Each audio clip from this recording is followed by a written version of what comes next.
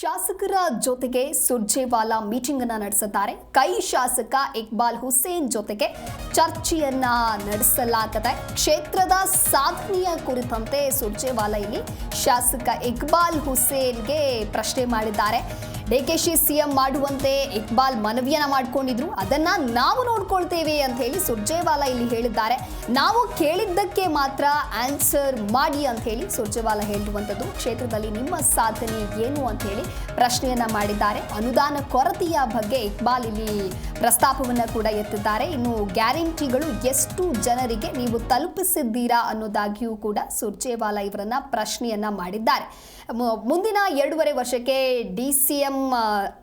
DKShi CM ಆಗಬೇಕು ಅನ್ನೋದಾಗಿ ಹೇಳಿಕೆಯನ್ನು ಕೊಟ್ಟಿದ್ರು. ಇಕ್ಬಾಲ್ ಹುಸೇನ್ ಬ್ಯಾಟಿಂಗ್ ಅನ್ನ ಮಾಡಿದ್ರು. ಹಾಗಾಗಿ ನಂತರದಲ್ಲಿ ಇವರೊಂದಿಗೆ ಚರ್ಚೆಯನ್ನ ಕೂಡ ನಡೆಸಲಾಗಿತ್ತು. ಶಾಸಕರ ಬೆಂಬಲದ ಜೊತೆಗೆ ವರಿಷ್ಠರು ಕೂಡ ತೀರ್ಮಾನವನ್ನ ಮಾಡಬೇಕು. ಸರ್ಕಾರ ಬರೋದಕ್ಕೆ ಡಿಕೆಶಿನೇ ಪ್ರಮುಖ ಪಾತ್ರವನ್ನ ವಹಿಸಿದ್ದಾರೆ, ಪಕ್ಷ ಸಂಘಟನೆ ಮಾಡಿದ್ದಾರೆ, ಇತಿಹಾಸವನ್ನ ಬರೆದಿದ್ದಾರೆ.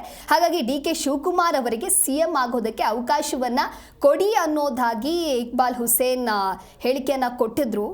ನೀವು ಈ ಒಂದು ನಿರ್ಧಾರವನ್ನ ತೆಗೆದುಕೊಳ್ಬೇಕು ಅನ್ನೋದಾಗಿ.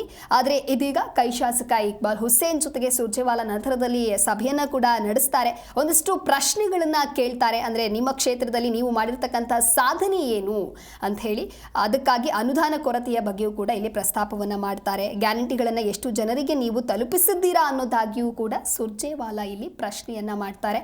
ನಂತರದಲ್ಲಿ ಸಿಎಂ ವಿಷಯಕ್ಕೆ ಸಂಬಂಧಪಟ್ಟಂತೆ ಅಂದ್ರೆ ಸಿಎಂ ಬದಲಾವಣೆಯ ಕುರಿತು ಯಾರು ಕೂಡ ಬಹಿರಂಗವಾಗಿ ಮಾತನಾಡುವಂಥದ್ದು ಬೇಡ, ಈ ವಿಚಾರವನ್ನ ಎತ್ತೋದು ಬೇಡ ಅನ್ನೋದಾಗಿಯೂ ಸುರ್ಜೇವಾಲಾ ವಾರ್ನಿಂಗ್ ಅನ್ನ ಕೊಟ್ಟಿದ್ರು.